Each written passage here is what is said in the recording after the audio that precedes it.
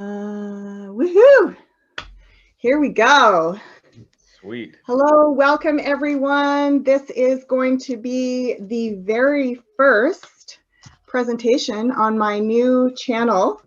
So you'll be seeing me here on my YouTube channel, but I'll also be uploading this to Odysee and encouraging you to follow me over there to this alternative platform, which is really a lot about what I'm focusing on with this new channel is looking at alternatives. And today I'm so delighted and honored to host my longtime friend, that Dan Nielsen, that I admire tremendously, who has been involved in these alternative paradigms, particularly related to communications and technology for literally decades. I've known Dan probably close to 20 years now, and he has been the man to go to about everything to do with technology in general, but especially how it relates to the new paradigms. And I just love all the different ways that Dan has explored this and really brought it into practical usage in our community. And so without further ado, I'd like him to take over here and explain to us a little bit about who he is, how he would identify himself in this role, and also how he got into this interest. So Cool. Take it away, Dan. Okay, great. Yeah, well, since I was really young, I really admired electronics, and I took TVs apart when I was super young. And I just like enthralled about the idea of electrons, and my dad really taught me a lot as well. He's an inventor, and he gave me a book on Einstein, so I really kind of got into quantum mechanics really early at the same time, and astronomy. So I'm a world bridger, like I'm a Gemini like you, and so I'm also, you know, in the Mayan calendar, I'm the red galactic serpent, so I'm like center of the Milky Way, kind of like I have this ability to like access all these different sources of information. So yeah, I got into electronics, and then I got into computers. I think I had my first computer, around 1984, something like that. Yeah, well, it was an Atari, and then I got like a VIC-20 and a Commodore 64, and then Tandy 2000. You know, and then I got my first PC. Wow. 1990. I just love that you can actually track the lineage. Oh yeah. This is amazing. Oh yeah, totally. Yeah, well, it's extremely memorable for me. There was something so incredibly creative about taking things apart and just how computers work and programming and stuff like that. And my favorite thing to do was to take phones apart and little TVs and stuff. And I found a way to get a radio into the telephone line so that when my parents picked up the phone, I would hear music in the background. If you put a low enough voltage from the radio into the phone line, you can play music. And if you put too much voltage, it takes the phone off the hook. And anyway, I did all kinds of really weird creative things like that, where I was able to put NTSC television signals through the phone line so I could steal the signal that my grandfather was listening to on satellite, and you know, helped him with a satellite dish how to hack channels, you know, back in the, what was it, 1990. Anyway, so I'm very, very much into, there's this huge love that I have for technology, and at the same time, there's this mystery behind electrons and the quantum mechanics of, I don't think very many people really understand what electron is, and that's a whole nother thing that is worth getting into, is understanding what the heck is electron, you know, and this makes these computers work. Well, I was lucky because when I went to high school in grade 9, right away I was able to take digital electronics and electricity, and a computer course. So all the way in my high school, I didn't realize other people didn't have this in their high school, but I was able to take all kinds of courses with computers, and then hack the computers there. It was really easy to hack back in the 90s. So I didn't do any bad stuff. I just sort of like inserted videos so that when people turned their computer on, they'd have a cool animation with people. Yeah, anyway, stuff like that. So Dan, would you jump ahead a little bit and tell us, because I know you as being so metaphysically aware, and I see already that this is, you know, the two are inextricably linked in the quantum level. And also as you're sharing these stories about the things that you were able to experiment with and that you just naturally had this proclivity towards, it seems like these are very useful abilities to have an understanding of in these times where we're looking at the complexity of these electronic and digital and media platforms that many of us are really struggling even to understand the basics of, and how these things can be used to direct us, manipulate us. And so if you'd get into a little bit about how this metaphysical aspect connects for you now, and how where you see that the origin of some of these things like the internet and the metaphysical aspect of it. Yes, all of what I see is happening is this kind of takes me into this prophecy that my friend read to me back in what year was that? 1999, 98, 99. He was reading this book, you know, Return of the Bird Tribes, one of the channeled books. And he was talking about these angels and that were creating this electronic network that was going to connect us all one day so that we'd all realize that we were one. And it was part of our spiritual evolution that there were these forces at play that they called angels that were working with new technologies that will help us realize that we're all interconnected. And I see that the technology that's coming through now it comes out of a creative desire of our unconscious mind. It's part of the kind of like conspiracy of awakening, that these types of technologies are actually here to help us. And they're at the right time, and certainly they can be abused as well. I just see so many good things, and it does tie into how I also got into it, how the whole metaphysical aspect of computers came to me was back in 1990 and then 91. I put my computer on something called the FidoNet, which was the internet before the internet that we know of, where all the computers were all interconnected through this telephone lines. It was these modems with all the screechy sound, and you put your phone up to your computer, and I was hosting a BBS, a bulletin board system.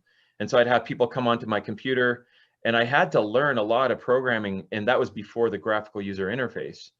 So that whole web that I got connected to originally allowed me to see at a young age all of the things that I was very interested in, which was near-death experience, out-of-body travel, lucid dreaming, and UFOs. So all of these topics, there was so much rich information available through news groups. So that really, this is 1992 now that I'm like going right into this stuff, and I'm like, oh my God, the internet's incredible. Like, well, it was the FidoNet, right? But it's really the same thing, that it eventually evolved into a much bigger network. Definitely. So that definitely was destined, that I had. It's sort of like everybody can have access to this great network of information. This is where we have to be a little more careful spiritually, that we're in touch with what our intentions are before we get lost, you know, in the information. Yeah. And so what have you witnessed? I'm sure you've seen a lot of transition and a lot of change over these decades since the internet has come into popular use and, you know, accessible for most people around the world to some degree.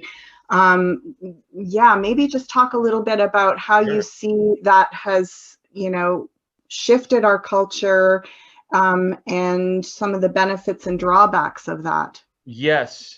So I see the internet and technology in general as an incredibly, you can't even put it in words, but an incredible force for good.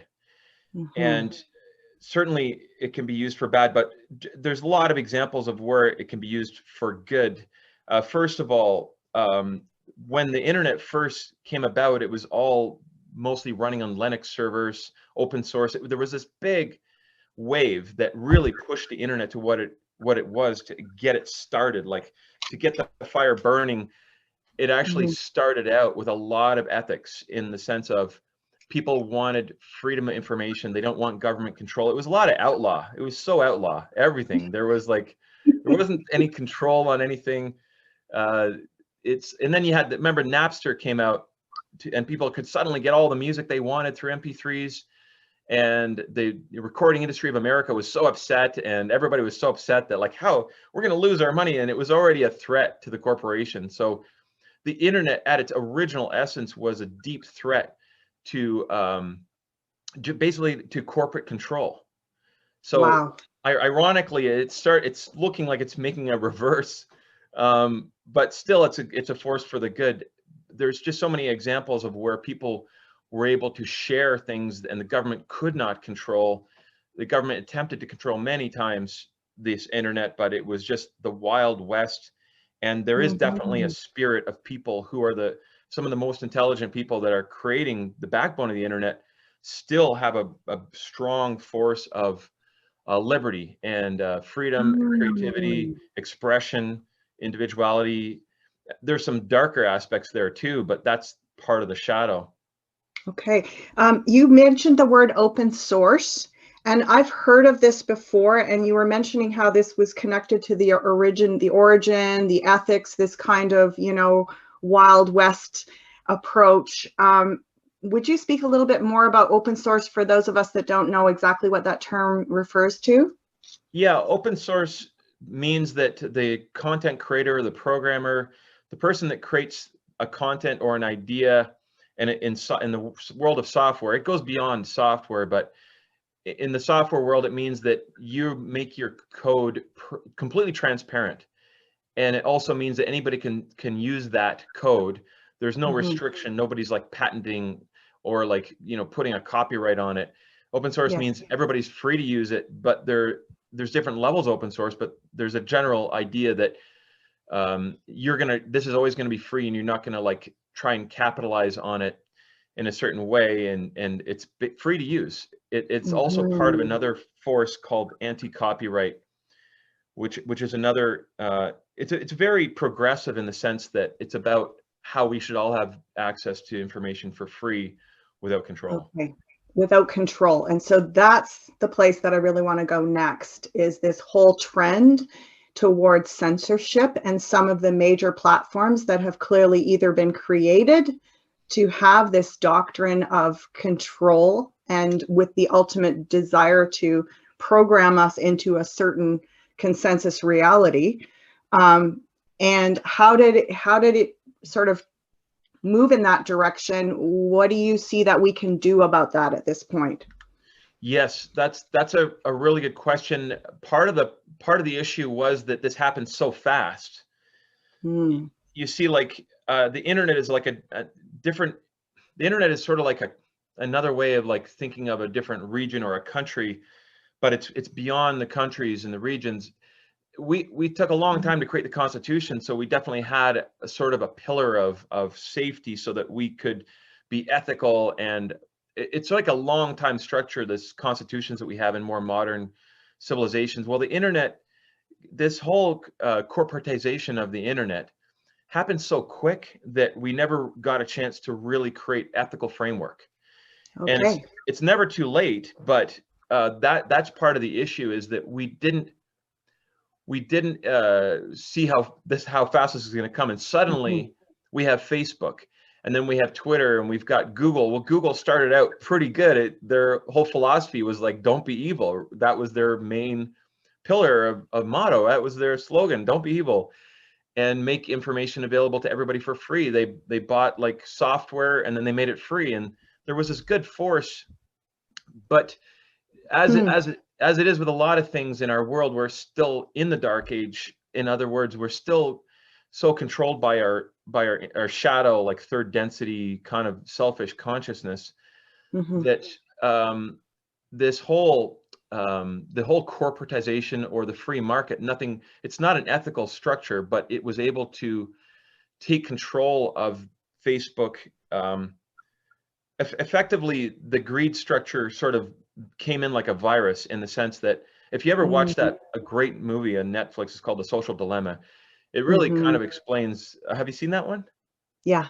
Okay. It really explains, like, a lot of people didn't intend it to get as bad as it got. But there's definitely a few, you know, the usual suspects in corporations. There's always psychopaths, and certainly this idea of limited liability and the sort of the corporate narrative of, you know, being upholding to the shareholders incentivizes psychopathic philosophies in corporations. And since we're in the dark age, people don't know how to confront that and call BS on that. So it definitely has grown into a monster. And this almost was inevitable for us to go into this dark place. So on the big picture, I like to look at the big picture, is that we now have to make very important choices because the censorship has become so horrific, more than probably most people could ever imagine how quick this happened. Okay.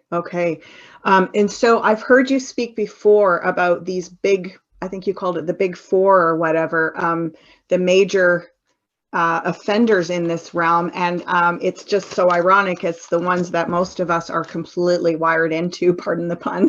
Yes. Right?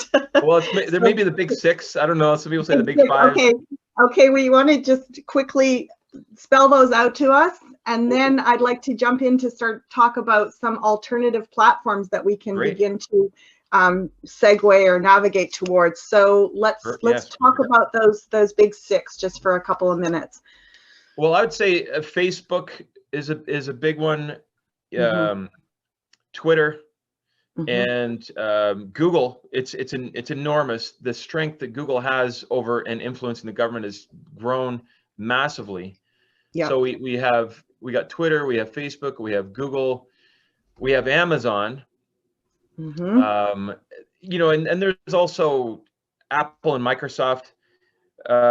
Apple's pretty bad in certain ways. Microsoft's pretty bad in certain ways. There's some ethical framework that at least Microsoft has, that they do comply with Canadian privacy laws. But a lot of these, Google's I would say is probably the most, what's the word? Grotesque. Grotesque, infiltrated. Dan, what about things like YouTube? Well, see, Google, when I say Google, I also include all of its sort of like ecosystem, which is Gmail, YouTube, Google Drive. There's like 100 pieces of software that go with the Google interface, their ecosystem. Thank you. And they're all those data. Two are major ones. They're all collecting data, you're saying. Yes, and so a good source to see that for yourself is somebody who's an insider that would be, I would say, look at Edward Snowden, maybe watch his latest interview on Joe Rogan. He really goes a deep dive into the surveillance state, what that looked like after 9/11 when they created the Patriot Act too. It basically gave United States the ability to spy on their citizens, which was already against their own constitution, but they made an exception in the form of a martial law act, which wasn't legal, and it's still under emergency circumstances. Yes, it's always emergency, right? There's like emergency acts, but when do they ever fade away? They kind of stay with us forever. So yeah, Edward Snowden's a good person to look at. So he'll explain a lot of how these giant server banks in Colorado record all data, not just in the United States, but all over the world. But how they sell that data without your consent, and all of the different levels of violating your trust and privacy and violating constitutions around the world. Again, that goes back to why there should have been a digital constitution in place in at the beginning. We could go on and on. I don't know where else you want to go. We could go on and on about that. And I feel like I'm excited. I feel like likely our viewers are excited to see that we may want to segue off into looking at what creating a ethical constitutional framework for these open source platforms could look like down the road. But maybe that's another conversation you and I can have later. That's definitely a whole nother conversation. Yes. Yeah, that sounds great. So in terms of looking back at these big six or whatever it is, many of us are deeply woven into these and quite dependent on them, including connected to our cell phones. And that might be another whole conversation as well. But I'd like to jump into some of these major ones. If you could start talking about alternatives, and Dan and I want you to know that we are going to be providing resource information below this video so that you can access information about every one of the platforms that he's going to be bringing forward now. But yeah, let's move towards some alternatives that are obviously less censored, because most of the people viewing this video are very interested in being able to speak freely about their concerns, the issues that they're observing, and to talk about possible solutions without being censored. So let's go for it. Right. Can we start with Facebook? Sure. So one of the things that needs to be talked about is that you've got many different types of internet services. You've got to think of it, there's like Facebook, and a lot of the big ones like YouTube and Google are all centrally controlled. It's a central controlled corporate interface. So if we will go back to the spirit of the internet, what I was talking about before, that spirit was to evade control. And that's a lot about the whole web. And so what we want to look at is decentralized solutions, decentralized alternatives. Okay. And so that can be called federated or peer-to-peer. It basically means that if some outside force or authoritarian system wants to take it down, it can almost become impossible if you've got the right decentralized structure. And there's many of these protocols. There's Matrix, there's a whole bunch probably that are being used to create this sort of web or library or platform for new systems to be used that are decentralized. Okay. But it's also decentralized is one thing, non-corporate is another thing. So there's a lot of decentralized options that are also still corporate controlled, therefore they can be bought out at any point effectively. Okay, non-corporate. So would you maybe list in terms of in something similar to Facebook, but as much as possible, this peer-to-peer decentralized non-corporate alternative? Yes. Okay. So like, let's think about, Facebook. Yeah. So right now there's not a lot, like Facebook has grown and it can be so useful. And I use Facebook, but I'm migrating towards other systems like Minds. There's also MeWe. Now, MeWe is also corporate controlled, but it's got a very strong ethical framework, which doesn't necessarily mean much unless they have a big legal document that helps them conform into the future to ethic. They proclaim to be complying with your civil liberties, free speech, privacy compliant, encrypted. So MeWe is a good option, but it's still corporate controlled, which I don't like because I'm more of a purist with that stuff. So I'm looking at Friendica, and there's another network called Diaspora, which is very decentralized in the sense that it is a replacement for Facebook with ability to have posts and images and a lot of the same functions, but it's a little more geeky. So people are having a hard time with it, trying to understand it. So that can be a problem as well, is like, you got to find that middle ground solution that will work for you that's not Facebook. So MeWe is a good shift because it's easier, it's simple, and it has a good ethical structure, but it's still corporate controlled. It's not decentralized the way that, say, Friendica is, or Diaspora. And then there's one more I'll mention there's a bunch of them, but there's another one that I'll mention that's really good because it's based on the spiritual awakening of the planet, and that one's called Nectar, comes out of Boulder, Colorado. It's really incredible. Everybody on there is all about what they're going to do to help shift the planet into an enlightened state. Wow.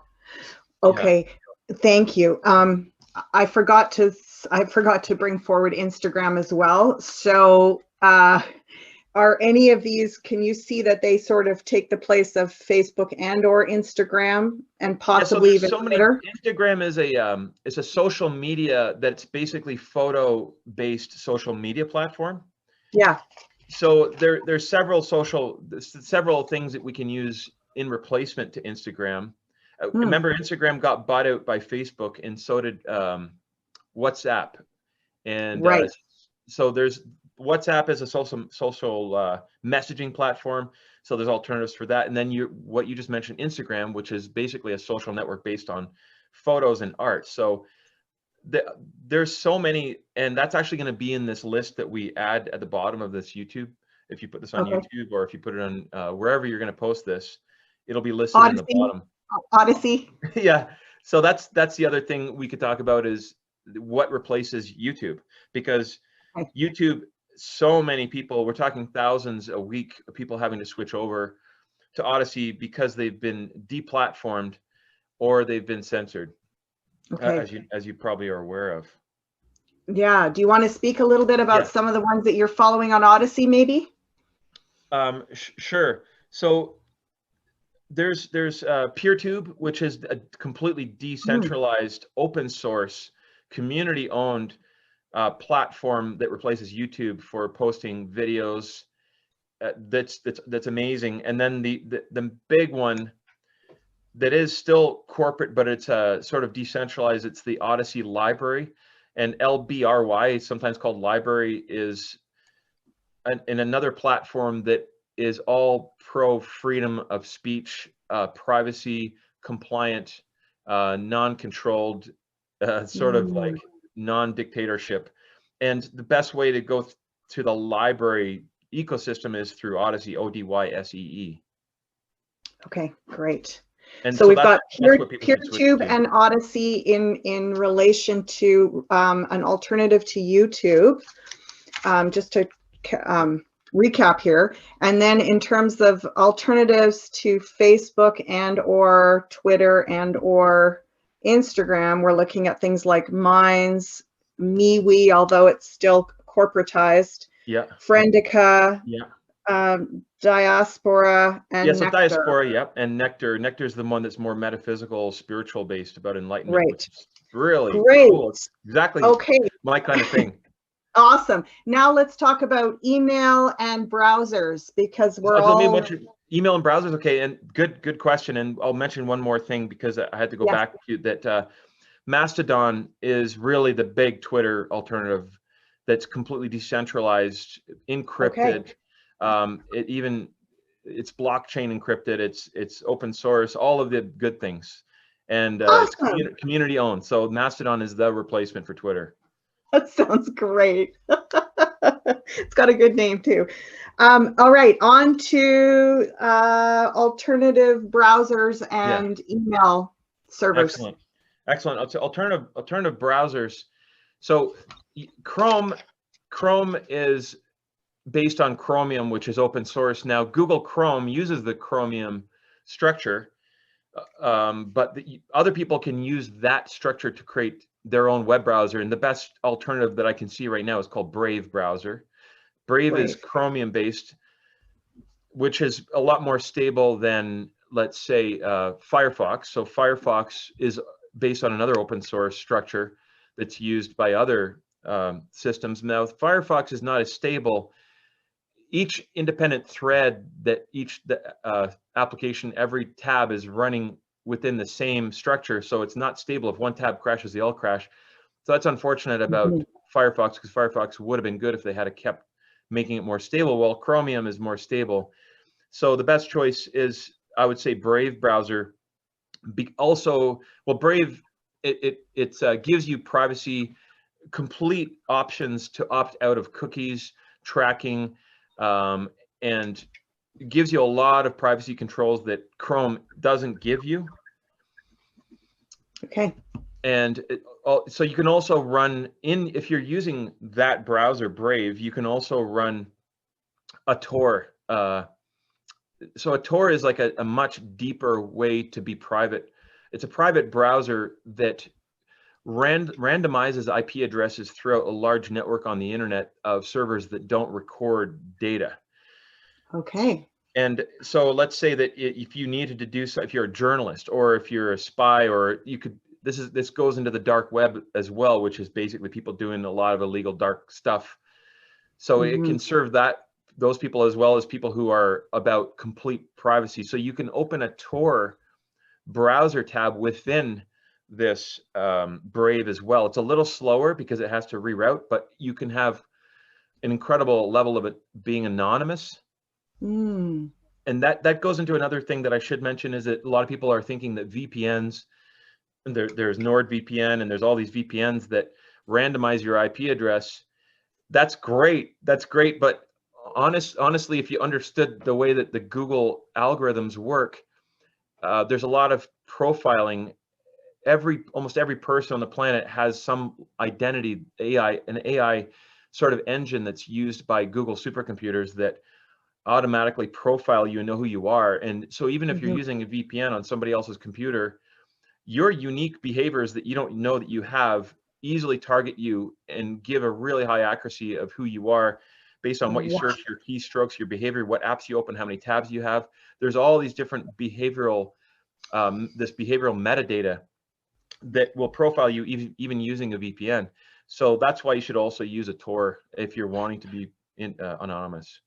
Okay, so, and if someone who, say, doesn't have a lot of technical savvy would like to set something up like that, who would they go to? How could they access, you know, support with that? Well, that would be really easy. You can just download Brave browser from whatever, from whatever browser you're using. It's just it's just the same as any other browser. It's no different. The only thing is you just need to open a little Tor client at the top right.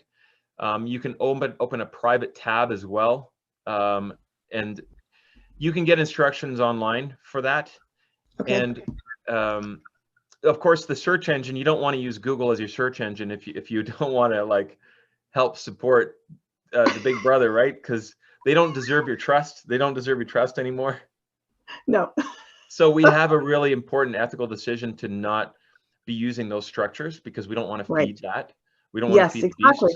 Beasts. It's like feeding a beast. Absolutely. So we have to take responsibility at some point to like change.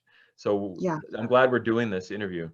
I'm glad we're doing it too. And I'm going to just have to say that I'm guessing there may be some people that would like more coaching in this kind of thing. And I just want to take this moment to step outside of our interview process and inquire about if you offer any kind of coaching services, and if there's a way that people can access your expertise and, for like to pay you to support them in developing something, especially if someone is doing something where they do require, I mean, obviously we're not promoting any kind of criminal or nefarious activity, but if somebody is wanting to do some kind of journalism, ethical, open source journalism, they want to feel safe. They want to feel safe too. Yeah, totally. And yes, and definitely I can provide that support. And if somebody needs that support, they can book me online, and I can do a remote assistance session with them, or just over the phone. You could just go to avatarcomputertech.com, and that would be my website, and right there they could book if they want to book a session. Great, and that'll be provided below. We'll have a link to that below. Yes, and there's a lot of sources we'll provide below. So we haven't quite touched in on Amazon, Apple, and Microsoft yet. We'll just quickly guide through those, and then you did mention email, and I'll mention search email, engines. Sorry. Yes, so first of all, you could use DuckDuckGo, or you could use there's several different search engines, Ecosia, DuckDuckGo, search engines that don't spy on you, and then we can talk more about email. Now, of course, we'll go into email. Yeah, that's great. And then we'll go to the next thing. So email services, Google, Gmail is Google, of course, and Gmail says in there right away when you sign up, they have this disclosure thing that says, we are using your personal email information to sell to our third-party advertisers, on and on. So you don't want an email service that does that. We need to start switching over to something more ethical, obviously. So the best obvious choice that's easy to use is ProtonMail. ProtonMail. Yeah. Okay. Well, there's a lot. There's Tutanota, which is like a next level, almost even better, but it's not as easy to use. So that's why I'm suggesting ProtonMail. There's HUSHMAIL. Okay. So what you're looking for is a decentralized, privacy compliant, encrypted email system. Awesome. And the only way it's going to stay encrypted is if you when you're emailing somebody, that you don't email somebody that does. If you email somebody like to Yahoo or Microsoft or Gmail, suddenly your email is unencrypted because it goes to an unencrypted server like SMTP server, and a server that's not, it's not encrypted. So you have to be emailing from one encrypted email system to another for it to actually be encrypted. Okay. And people should know that. That's important because I know a lot of people don't know that. Okay. Okay. Great. Interesting. So we've covered emails. We're covering the basics of these things, obviously. Yeah. Amazon. Yeah. Amazon, right? So yeah, that's a big one, man, because it's so convenient, and I'm guilty of that because sometimes I try not to use it at all, but it's just sometimes I just can't find the stuff that I need. So I will use Amazon minimally, but I'm pulling out and I'm like developing more discipline because I see how critical it is that I don't support a psychopathic structure of any kind. It's not, so we're definitely shifting into a different type of economy. We want to support local as much as absolutely possible. Totally. Clearly, because we want to create more community-based ecosystem, ecology, monetary system that's based on actual wealth. Which is a lot of what I'm going to be covering in this channel. So, yes. So if people really absolutely need things online, look for at least start with alternatives to Amazon. And that could be, if it's electronic stuff, not that these are that much better, but you've got your of course, you've got your AliExpress and you got your Newegg and you've got your Best Buy and you got the Source and Staples and those ones. But then you've got sort of like Kijiji, and if you really need stuff, look at your community first. Look at tool sharing, obviously, if you can. Totally. And even original source, like taking the time to find people's websites. Sometimes you can order it on Amazon, but you can also track it to the like if it's a book, you can track it to the author's website. You can track it whatever it is. If it's clothing designers, you can track to their original website and exactly. And if you do find it on Amazon, use that as a search tool and then go and find out who's actually selling it and then contact them directly. Exactly. It takes an extra step, but we're willing to do that to stop feeding the beast. Oh yeah, and it feels good. It's good karma points. It is good karma points. Apple and Microsoft. I don't really like Apple in a lot of ways because their whole philosophy is about we'll tell you what to do. And and there's some pros and cons to that, but Apple's pretty dark if you look at their disparity with the CEO making 150,000 times more per year than the bottom end worker that is in China in some factory place where it's like atrocious and they're killing themselves jumping out of buildings. So Apple's solution is to put nets. So there's a lot of dark things that happen with Apple, and their ecosystem is really nice and zen, but at the same time there's a lot of darkness that I would try and pull away from. The worst thing, of course, is their disposable model for computers. Every new generation is worse for unrepairability. So repairability is a whole nother thing we could give a talk on, but it's about the ethics of being able, the right to repair movement, as it's called. Apple has spent many millions of dollars trying to shut this down by paying their own people and lobbyists to shut this thing down.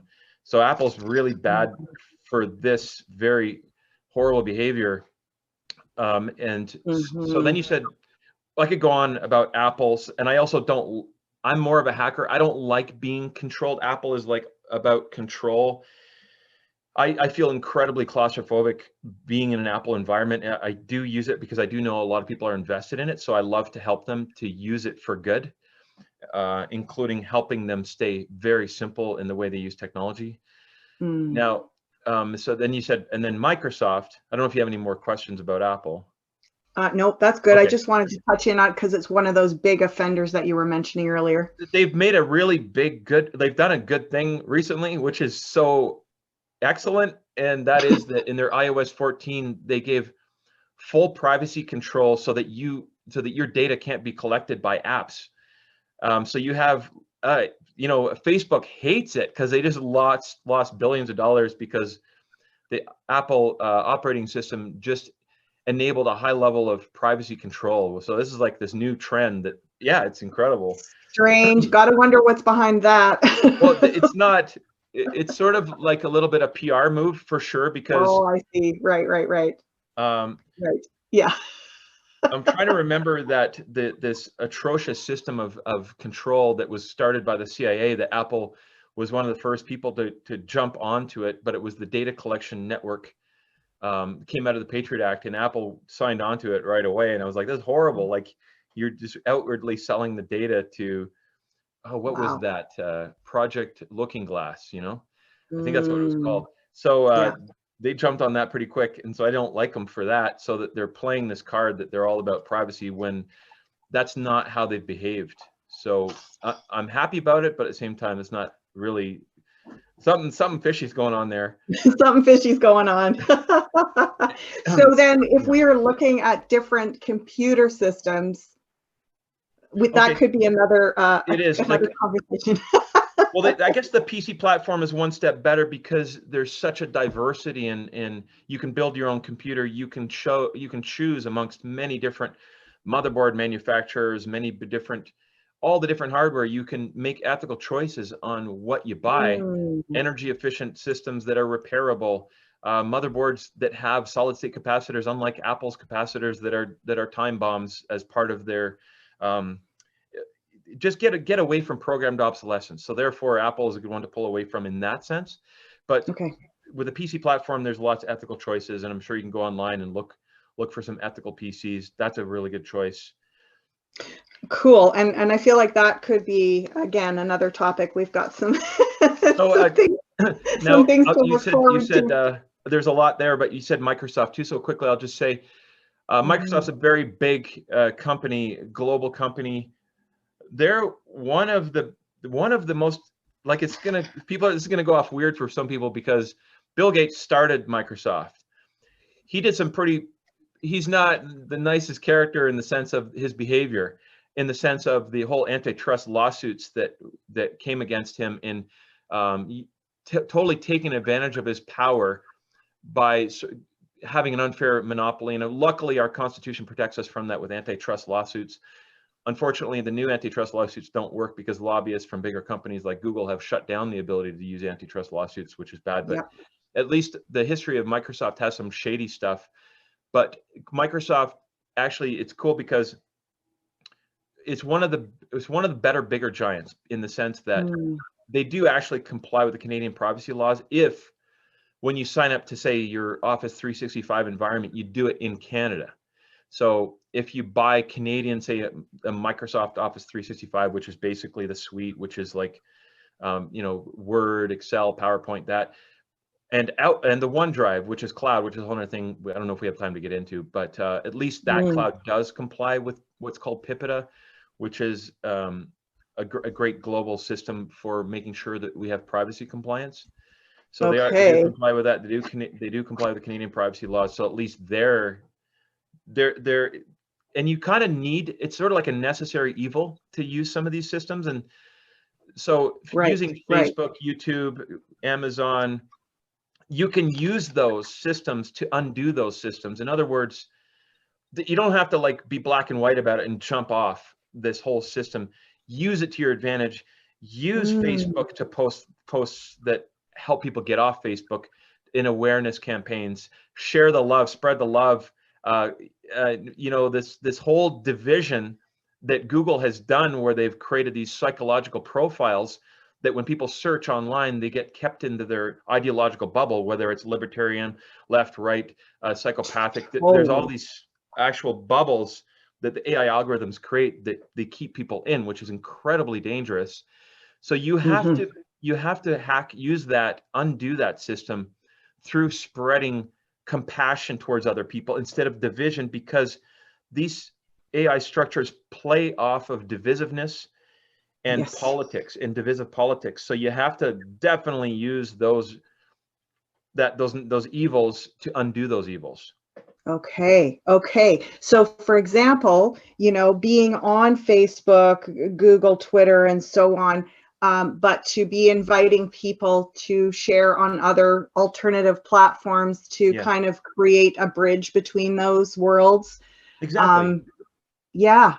It's like it's not an injection, it's an outjection. You're trying to help people get out of that system. You know what I mean? Like, yeah. So we don't have to close it off entirely, but we can start sort of weaning ourselves and others off of those things and onto the new alternatives. And that's kind of how I'm going about this whole channel, because I feel like in these times there's so much anxiety that's building. It's like we're never going to make it through this, because there's just the forces are getting stronger and stronger that seem to be in opposition and power and dominance. And yet to me it's like, well, I actually don't just want to get through it. I want to have fun. I actually want to get creative and get playful and get energized and get excited, like whatever happens, that's how I want to continue my journey, is to get enthused and playful. And so I'm looking at offering people alternatives before we get to the last, pack up your bag and get out the door. Like, let's start playing with some of these new options and have fun with them and get involved in them in that organic way. Yes. And we may find that the other stuff just starts to sort of fade off into the distance. That's what I'm praying for. It loses its power, and it loses its power. Those big giant social medias need they need the voice of the leaders to help them, like, make change. It's still a change platform you can make change with, but also if you're going to post in the alternative platforms, put your post in the mainstream platforms to the alternative platforms and just keep putting those links in there. Yeah. And eventually we're going to be like finding ourselves slowly, naturally migrating in these new directions. I love it. Absolutely. Like you said, be playful with it. Yeah. Dan, before we sign off for this round, I want to you had mentioned some of the people that you follow earlier, what sort of podcasts you follow. And I feel like that could be great for our listeners or our viewers to get a sense of other options which they may already know about, but just to touch in on that. Computer related, like I'm a geek, but I'm also a metaphysical geek at the same time. So I have tons of computer stuff that I follow. The security sort of the guy that talks a lot about security online would be Rob Braxman. So that's a really good channel. And of course he's on Odysee. He's like, you guys got to get off YouTube. You got to get off the Facebook. I can't believe you're still on Facebook. He's a little extreme, but I love him. Rob Braxman. He's very, very informative about a lot of stuff that I've been talking about. And he's very informative and advanced. So that's a really good platform. Now, of course, with the political divide and the censorship, because we've been pulled into this polarity, it's really important for us to actually find sort of what do you call it, nonpartisan middle ground in the great void of people that are centrist, maybe not centrist, but people who are not pulled by the ideological narratives. And so I would look at YouTube channels or on other channels right now, and of course they've all moved to Odysee, like the Dark Horse podcast. Brett Weinstein is very good because I find him very rational. And for example, he's been pro-vaccine, but he's like, you know what, you got to look at this current thing. I don't think I would call it that. So he's very mindful, and it's worth looking at both sides in every issue, and totally. and beware you don't want to become an ideological brainwashed bubble a polarist. Don't become a polarist. I just made up a new word. Is that okay? Cool. Let's call it that. Let's not become a polarist. And so a lot of the metaphysical channels that I follow are, Eckhart Tolle is one of my favorite this isn't tech related necessarily, but I'm very much into Course in Miracles and the Law of One. The Law of One is an incredible sort of metaphysical book that's channeled that helps us understand the physics of higher dimensions. It sort of, in a certain way, goes beyond some of the other channel material, and that we can understand the sort of different densities. So I follow Aaron Abke, A-B-K-E, to sort of like understand a lot of the more advanced metaphysical framework of where we're going collectively, spiritually, which is incredibly hopeful. And so that's the other thing, is don't get pulled into the fear, because yeah, all the shadow stuff is emerging, but it's the apocalypse which is important, that all of this puke, all that stuff from the bubbles up has to come to surface. It's surfacing. It all looks really bad, but you know, that's just the hidden stuff, right? You could almost see that term, the apocalypse, as being sort of like the great cleanse of, you know, like a purge, or like we all had to, like, things are ready to release and shift. And it isn't about good and bad and right and wrong. It's about evolution and growth, and, you know, like, it's about surrendering to a higher order that's going to happen, and we don't want to necessarily resist it, because it makes it harder. That's right. That's right. Before we sign off, Dan, this has been so awesome. It's fantastic. It will have to be continued, because I'll get into email, phone services. And yeah. Like so I've just got a few points here that I want to talk about that we could be looking at for another show. Cell phones is definitely top on that list. Great topic. Also looking at an internet constitution, ethical constitution. Those, and then also the right to repair movement.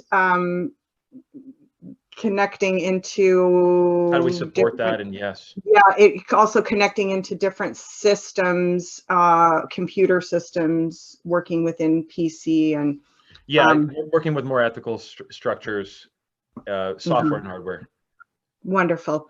And I have to throw in a little piece about citizen band radio, because I'm kind of passionate about taking communication. I'm not an extremist polarist prepper or anything, but I feel like it's exciting to imagine having all these different types of old school communication coming back, you know, and so at some point I'd like to just touch in on something like that.